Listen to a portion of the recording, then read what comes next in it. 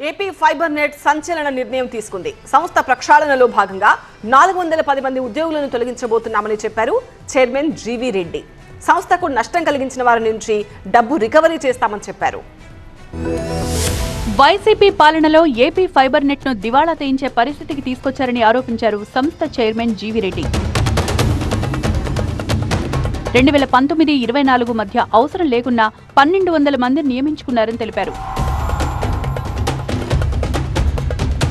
YCP నేతలు చెప్పడంతో అప్పటి చైర్మన్ వీరిని రిక్రూట్ చేసుకున్నారని వివరించారు. ఇందులో చాలా మంది నాటి ఎంపీ, ఎమ్మెల్యేల ఇళ్లలో పనిచేశారని ఆరోపించారు. సంస్థ ప్రక్షాళనలో భాగంగా 410 మంది ఉద్యోగులను తొలగించబోతున్నామని చెప్పారు. ఈ ప్రక్షాళనలో భాగంగా 410 మందిని ఈరోజు 410 మందిని ఈ సంస్థ నుండి తీయడానికి మేము నిర్ణయించుకోవడం జరిగింది.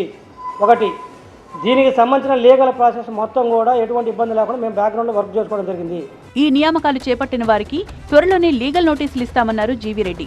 వారి నుంచి నష్టపరిహారాన్ని రికవరీ చేయడానికి వెనకాడబోమన్నారు. డెఫినెట్గా ఆ రోజున ఎవరైతే దీన్ని అప్రూవ్ చేసి పేమెంట్ చేశారో, శాలరీస్ ఇచ్చారో, అది ఎండీ గారు కావచ్చు, ఎక్స్ కావచ్చు, వై కావచ్చు, డెఫినెట్గా ఈ ప్రెస్ మీట్ అయిపోయిన తర్వాత ఒక 3-4 రోజుల్లో వాళ్ళకు లీగల్ నోటీస్ పంపిస్తాము. Wheel ask proper show cause notice ఇస్తాము, లీగల్ నోటీస్ ఇస్తాము, wheel ask proper explanation. At the same time recovery చేయడానికి కూడా వెనకాడ ఏం మొహమాటం ఏముంది, రికవర్ చేస్తాం.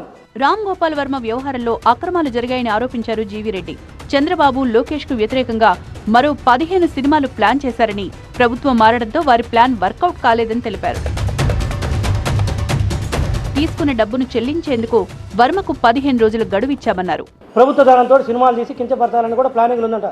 అధికారం మారడంతో కుదరలేదు, డబ్బులు చేసిపోయారు. It's a fit case for file FIR. కానీ నేను చేయలేదు, ప్రాపర్ టైం ఇచ్చాను, 15 days టైం ఇచ్చాను. కొంతమంది అంటున్నారు 1,15,00,000కే అంత పెద్దోళ్ళకి నోటీసు పంపిస్తా ఉన్నారని.